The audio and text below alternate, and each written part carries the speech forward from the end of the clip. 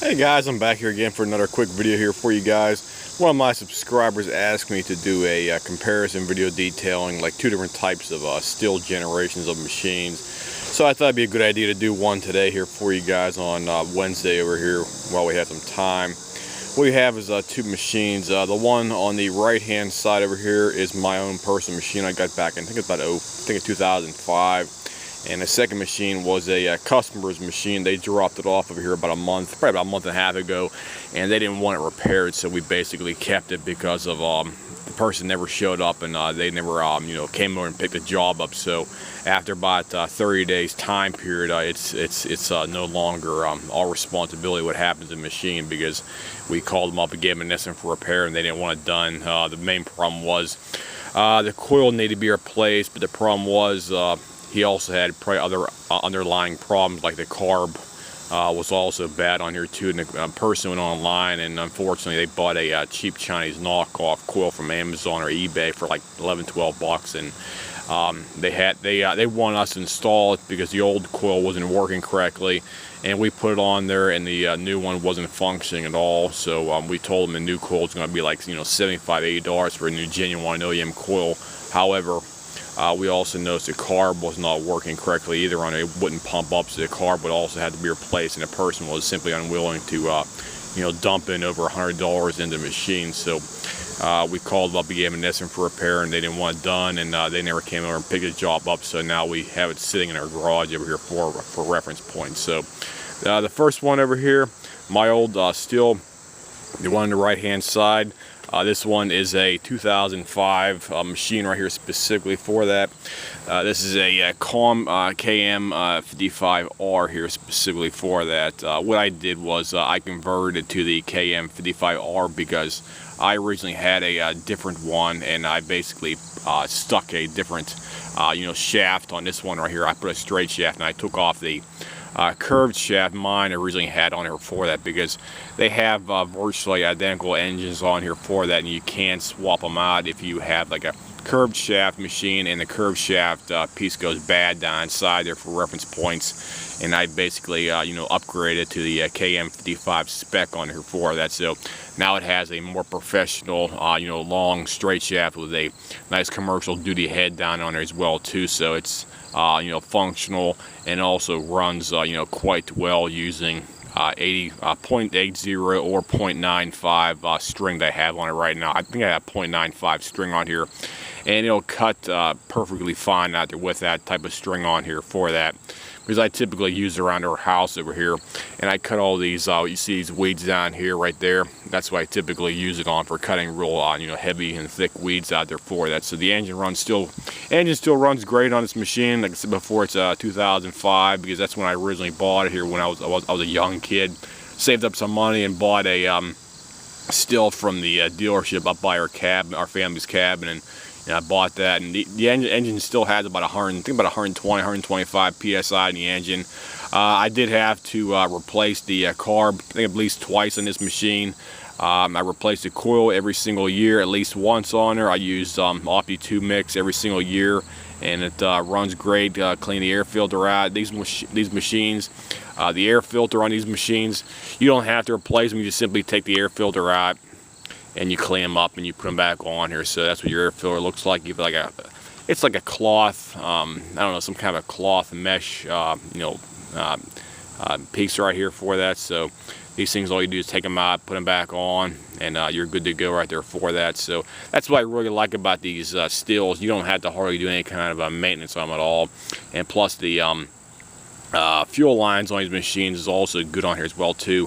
They don't have any kind of a fuel line that's like breaks down from excessive ethanol or possible fuel contamination out here. They have a nice dedicated fuel system on here for that. They have two lines on there, and you have a little grommet that fits onto the fuel tank right there for that, and it goes down inside there and works quite well. It's like a bluish green aqua color for the actual fuel line on here. It's not like your typical Tygon or your clear fuel line that can break down and get affected by ethanol out there for that. So that's why I personally like that kind of a design right there for it. You don't ever have to replace your fuel lines on here unless you have some kind of a serious issue where you might have damaged them in some way or shape or form out there for that. Because typically, if you buy a real cheap machine like a weed eater feather-lite, more than likely you're going to have to change the fuel lines out at least once in 2 or 3 years out there for that. Because unfortunately, we see a lot of those feather-lites over here, and people want them to have them repaired, and because of that, it costs more to repair the machine than what the machine's actually worth. Because you can go to a local Walmart in my area here and buy a brand new feather-lite, for a summer special for maybe about 50 to 60 bucks, no joke, on discount or something. And if you buy all the parts and labor and shipping and handling and tax, because typically when we see those feather-lites over our place, it needs a new carb, it needs a new intake gasket, the tank needs to be cleaned out, I need a new spark plug, maybe the ports might need to be cleaned up on as well too. And you're looking at parts, labor, shipping and handling, you're looking at over $70 to $80 in most cases out there for that. And it's simply not economical to repair those super cheap machines out there for a reference point. That's why I personally like these Stihls or Husqvarna machines separately as well too, because they're built to a better standard. They will last a long time because they're built. They're a quality machine. That's what I'm trying to say. That they're not junk. They're not garbage. And if you want something good, you have to pay for it. You want something good like these machines, you have to be willing to spend at least, I'd say, between $175 to about $300 out there for that, because these things typically cost between that price right there for that.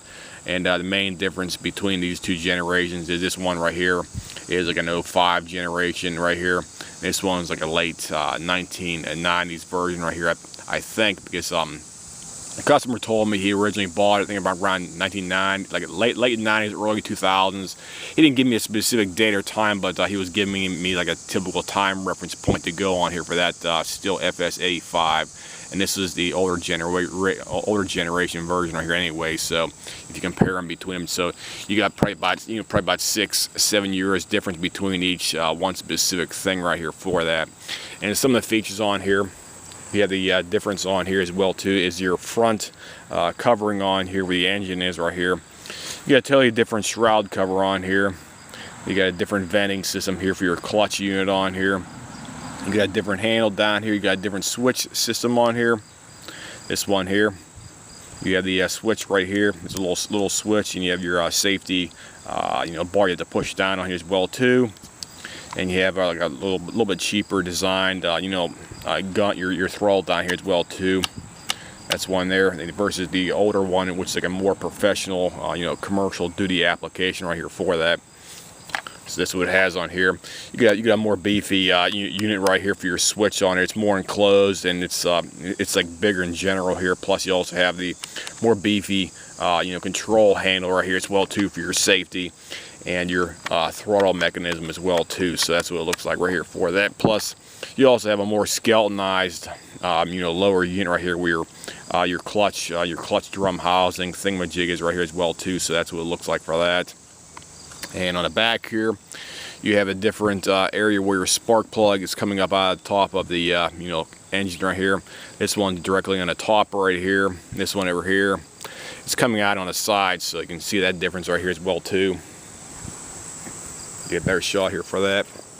So there's your differences right there. This one's on a typical side right here for that, and it's on a more angular piece right there, versus coming out straight on the top with the 05 model right here for that. So that's what it looks like for that difference right there.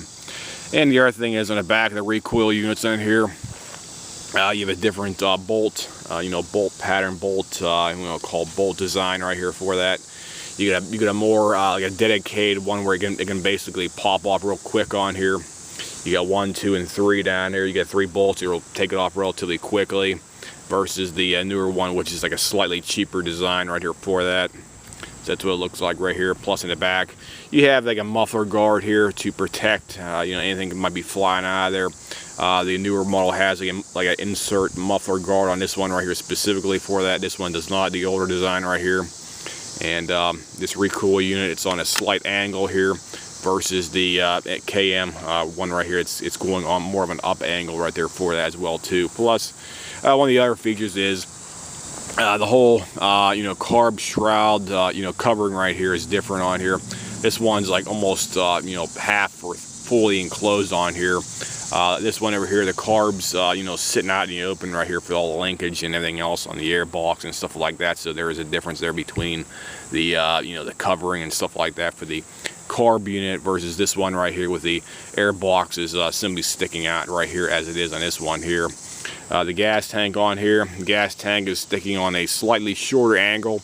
This one's coming out on an angle, and it's noticeably shorter on the, you know, the neck of the gas tank. The top tank or the top cap looks identical to the other one. You can tell that this one's been kept in a garage here for probably quite some time. It's totally black versus the one I got right here. This one's all totally faded out because this thing's always outside being used out here for that. So it's definitely UV affected out there for it. Because anytime plastic is outside and being affected by your sun's rays, it's going to start to turn like, you know, white, like a grayish white right there as well too. So this one was definitely kept in some kind of garage as well too for reference points. The fuel lines in this one right here, they do have 2 fuel lines coming out of the tank on here versus the one I have on my machine. They have 2 fuel lines. You have a little grommet down here as well too, so you can probably barely see that, but you have a little 2 little grommets down here, and they have 2 separate fuel lines on this one right here specifically for that. Plus the air box is a different design versus the one I have on mine. This one right here, it looks like it comes off on the top right here. You need to get it pushed down, and it should pop out of there. There we go, there we go. And this one pops out just like so. And that's how it comes off in this one. They have a different revised air filter on this one right here, the older generation one. So you have a air filter on this one here, plus you also have a pre-filter down inside here as well too. So you have a more I want to call more potent air filter, if you want to call it that. You have 2 stages of the filter, so it'll provide a bit more better filtration for the unit right here for that. So you have a foam filter element, plus you have your typical cloth, some kind of a, you know, some kind of synthetic media they have here. This is like a typical, like a sandwich wedge one right here versus the one I have on mine right here. Mine only has 1 piece of the synthetic material right here for that. That's mine.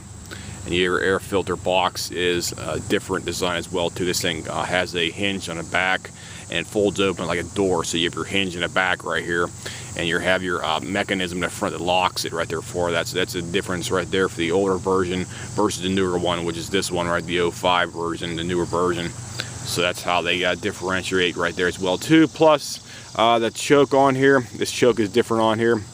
Choke's in the back on this one, as you see right there. The choke on mine is noticeably in the front, the choke lever in the front, so they do have a different design for the choke on there as well too. So there's another design, different feature right there for that. So that's pretty much everything I'm probably, you know, covering this typical video right here. The only difference, you know, the actual shaft is basically the same length. They have the same, you know, same length of shaft. The bar, or I mean the guard down there is almost identical. They look identical on there for the actual guard down there, so any kind of, you know, rocks or stuff like that flies up in your face. You have a good shaped guard, you know, to keep any kind of debris hitting you in the face. That's okay. The only difference with the combi one here is you have the you know, called jointed piece in the middle here. That's why they call it the combi mesh, your combi design. You have a combi piece in the middle here, and you can separate that, and you can take your bump head off, and you can put some kind of attachment like a you want to call a brush cutter or some kind of a little mini chainsaw or some kind of a hedge clippers on there for that. So you have the combi attachment head. So you have 2 cables in there for the actual shaft inside right there. So that's a more unique feature right there for this one right here. Plus you also have the bicycle hand. This bicycle hand has like a more textured grip on here. This one right here is a lot smoother grip on here. Plus the newer one, the 05 right here, you have a bar angle over here as well too, attached to the bicycle hand right here. So you have this bar that comes out right here on the side. I made it so it's for right-handed people, because I typically hold most of my stuff you know, right-handed with my arm out here on the side like this, holding that with my trigger finger on the left hand down here as well too for that. So that's some of the difference right there. Plus this one has the strap on here as well too, And that's all your primary differences down there for the specific differences between like an older, like a 2000 model versus like an 05, generation model as well too for that. So that's everything about the power unit and the shaft and stuff like that, detailing these two machines into two different generations of machines right here for that. As I said, down the front down here, each head's virtually identical. As you see right here, there's no real significant difference on them at all. They do have the same kind of threads on, or I mean the string I got on it right now. This one has the same type of string. Heads look identical on here. There's no significant difference between them. They're both nice and smooth. These things are super smooth out there for that. I always put some grease down inside these things every season to make sure they're functional out there for that. So that's what they look like, guys. The head looks good down here. The bump head is the same identical cover on here. Same bolt pattern for the cover, how it bolts up to the shaft on here. So there's no difference at all for that right down there. So that's everything I can really tell you about these two machines, guys. If anybody has any further questions about these machines, the newer generation is still like an 05 versus the older generation, like a 2000 version model right here for that.